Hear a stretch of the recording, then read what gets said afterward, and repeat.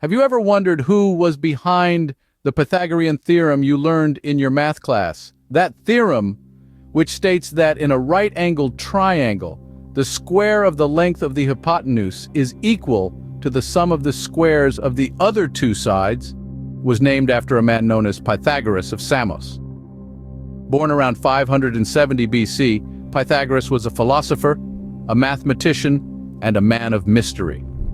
Often described as the first pure mathematician, Pythagoras made significant contributions to our understanding of numbers, geometry, and the nature of the universe.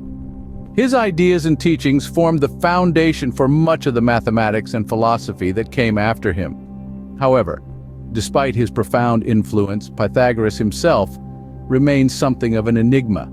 He led a society that was half religious, half scientific, and entirely secretive. This society, known as the Pythagorean Brotherhood, followed a strict code of silence about their inner workings and teachings. This secrecy has left us with few concrete facts about Pythagoras' life and work.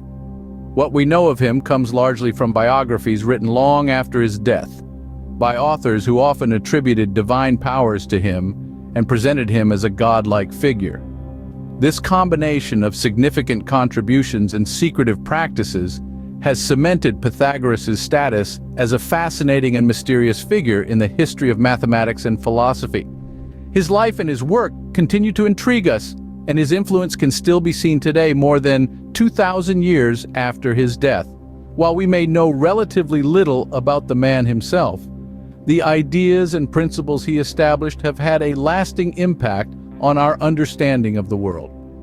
From the theorem that bears his name to his philosophical teachings, the legacy of Pythagoras is one that continues to shape our world. Now let's delve into the life of this enigmatic mathematician.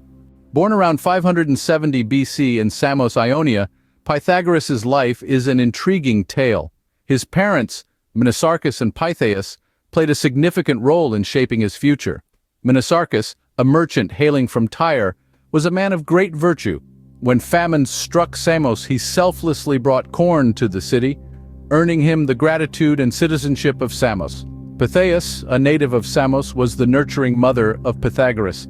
In his early years, Pythagoras spent time both in Samos and abroad, thanks to his father's travels.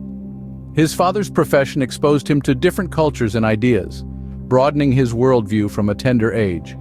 The duo journeyed together to Tyre, where Pythagoras had the privilege to learn from the Chaldeans, renowned for their knowledge in various fields, including astronomy and mathematics.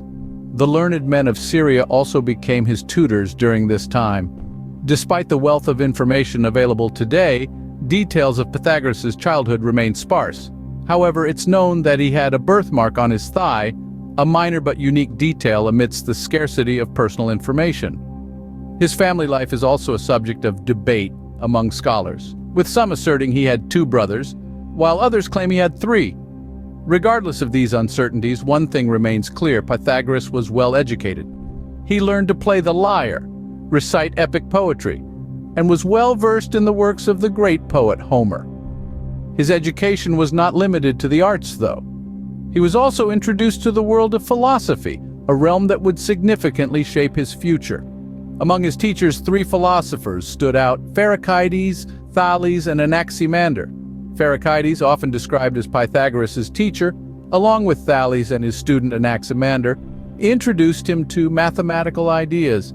These early experiences and the knowledge he gained from these philosophers laid the foundations for Pythagoras' future contributions. As a young man, Pythagoras was influenced by not 1, but 3 philosophers. These philosophers were none other than Pherecydes, Thales, and Anaximander. Each of these minds held a unique role in shaping the intellectual trajectory of Pythagoras. Let's dive into that story. Pherecydes, often described as Pythagoras' teacher, was the first to leave an indelible mark on the young philosopher.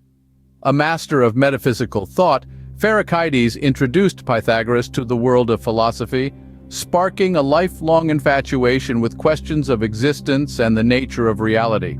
Next in line was Thales, a philosopher based in Miletus, who Pythagoras visited between his 18th and 20th years. Thales, though advanced in age during their encounter, managed to leave a profound impact on Pythagoras.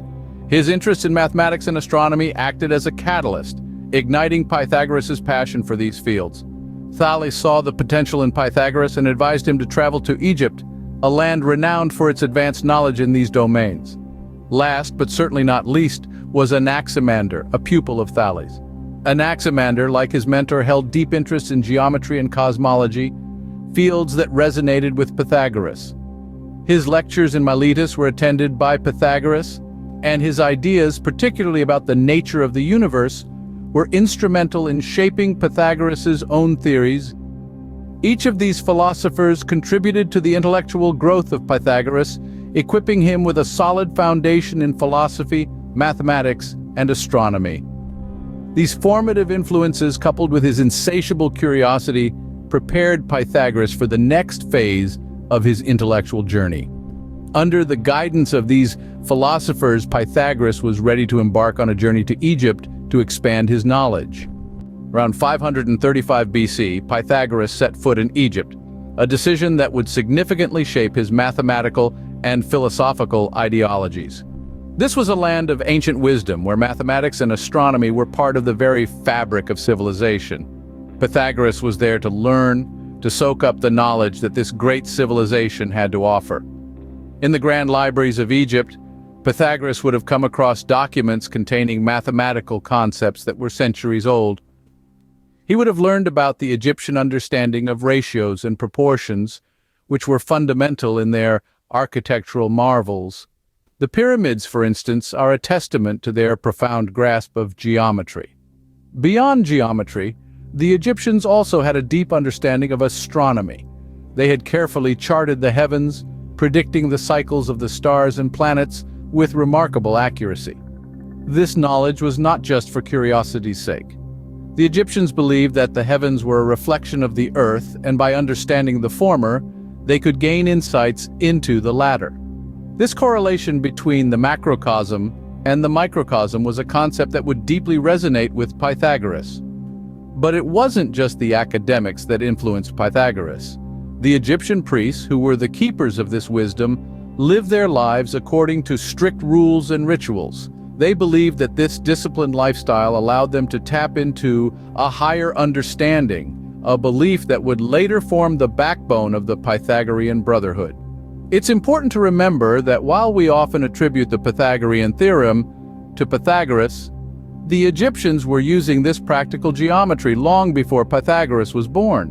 The difference is that Pythagoras is believed to have provided a proof, a logical argument that showed why the theorem was true, not just that it worked in practice. The time in Egypt had a profound impact on Pythagoras, but his journey was far from over.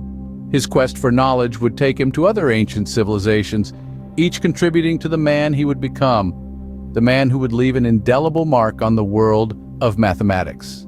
Pythagoras may not have left any writings behind, but his impact on mathematics is undeniable. His most famous contribution, the Pythagorean theorem, has become a cornerstone in the field of geometry. This theorem, which states that in a right-angled triangle, the square of the length of the hypotenuse equals the sum of the squares of the other two sides, may have been known to the Babylonians a millennium earlier. But it's Pythagoras who's often credited with its first proof. This theorem is not just a theoretical concept confined to textbooks, but a practical tool used in various fields such as engineering, physics, computer science, and even architecture. It's a testament to Pythagoras' genius that a principle he postulated over 2.5 millennia ago is still being used today.